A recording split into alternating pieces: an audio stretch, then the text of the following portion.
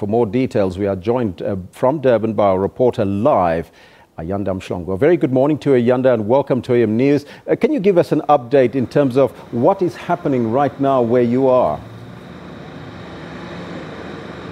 A very good morning, Elvis. The situation here, I am, firstly, let me say, in the Durban CBD. I am on West Street, now known as Pixley Kaseme, which is the scene where yesterday the violence started between locals and the foreign nationals. This is on the street. A number of the shops here are operated or owned by foreign nationals. But if you can just see behind me, most of the shops are closed since yesterday, and that was after advice from the police following that violence that took place here, that they closed down their shops, and throughout the night those shops, we understand, well, rather to say from yesterday, those shops have been closed, and they have said that they are not going to open today. The situation around the city is quiet. Earlier on we drove past a point, which again was another area that was quite tense, where we saw violent clashes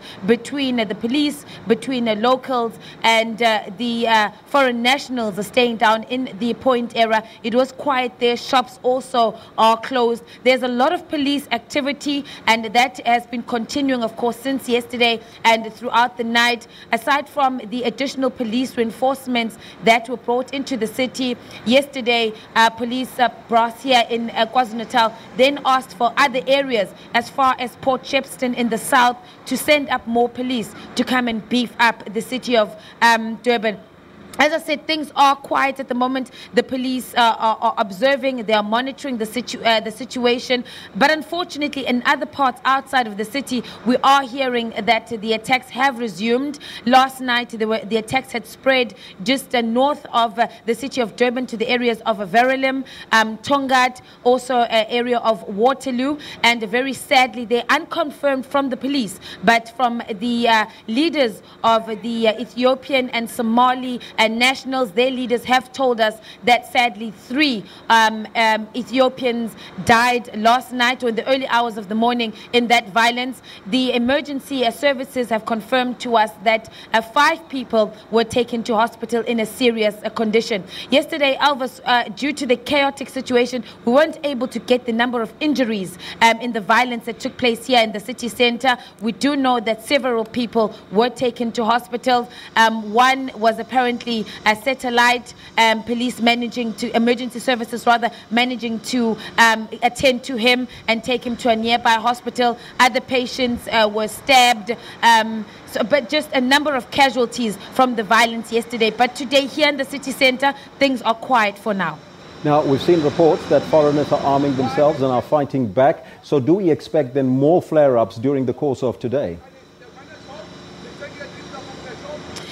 Yesterday, Elvis, obviously, as a continuation of this violence, the foreigners and their leaders telling us that they've been quiet for too long, that they are losing their brothers, and that they now need to take up their own arms, arm themselves, and prepare themselves for battle. This is what we are getting from them, to say that, yes, the police have been trying to assist, trying to protect them, but unfortunately it hasn't been enough, and they're saying that they are now going to fight back. They cannot afford to die here in South Africa. So absolutely, that is what we are getting from them.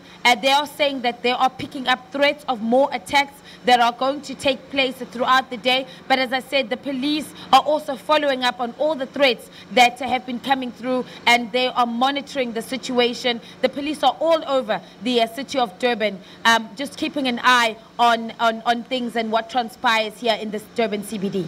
Now, yesterday there was also a meeting between the Home Affairs Minister Malusi Gigaba and the KZN Premier Senzo Mchunu and diplomats representing 6 African states. Can you tell us what transpired in that meeting?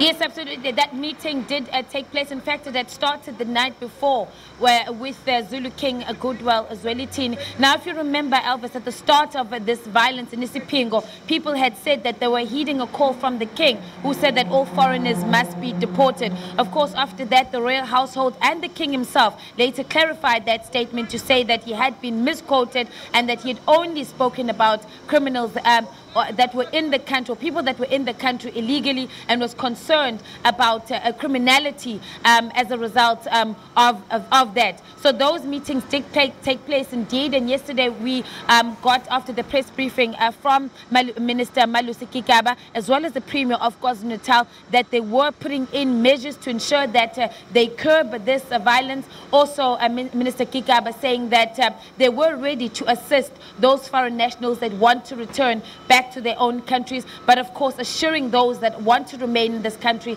that they will be given protection. Later on today, we understand that our local MECs here will be meeting with the business community at the Durban City Hall. There was also those allegations. We were in possession of a letter that we understood came from local shop owners in townships. That letter was sent to the city mayor demanding that from the 17th of April, they wanted to see all foreign-owned shops in the township closed down. We didn't know, of course, whether that was a reason for this violence, but the government here in the province of KwaZulu-Natal is meeting with local shop owners to try and get to the bottom of that, and also possibly to see whether or not that letter did, well, we understand that letter did come from them, but why they had written that letter and what their concerns are going to be. That meeting will be taking place at around 2 o'clock, and it will be held at the Durban City Hall. There's also the issue of camps being set up for the foreigners to house them during the violence, and some controversy around that. Can you tell us a little bit more about that? Yes, the camps have been set up. The first camp was set up in Sipingo after the violence had started, or the attacks had started in Sipingo. Another camp which possibly has the highest number of displaced foreign nationals, and that is at Chatsworth.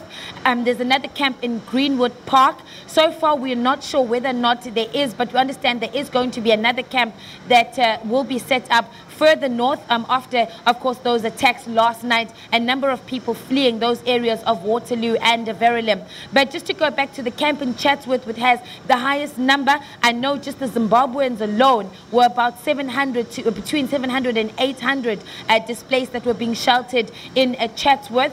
The conditions there were not ideal, of course, but the municipality had tried to add more marquees. There were now 5 marquees between the men and the women that are there, that also increased the abolition facilities that are there. Now, the other concern was from the aid organizations, the Gift of the Givers, who has been on site from the very beginning, from day one. The Gift of the Givers started bringing in food and other donations. Also, the Red Cross are coming through. They have said that they are running out because of the numbers of foreigners that are running to try and seek refuge at these camps, and they were appealing to South Africans for more donations, clothes, for food, whatever South Africans could donate to them would be appreciated, because they are running out, as I said, because of those numbers. And another point, Elvis, is that a number of our foreign nationals, when they fled their homes, they fled with just the clothes on the back. They left everything behind, many of them fleeing throughout the night. So there are children there without clothes. There are women are pregnant, men as well, that have no blankets. They have absolutely nothing. So that appeal from the Gift of the Givers and all the other aid organizations that have been trying to assist the displaced foreigners. Ayanda, thank you so much for that update. We'll keep on coming back to you, because we believe that you're the whole day in Durban to give us an update in terms of what is transpiring in Durban. That is our SABC News reporter Ayanda Mhlongo, live from Durban.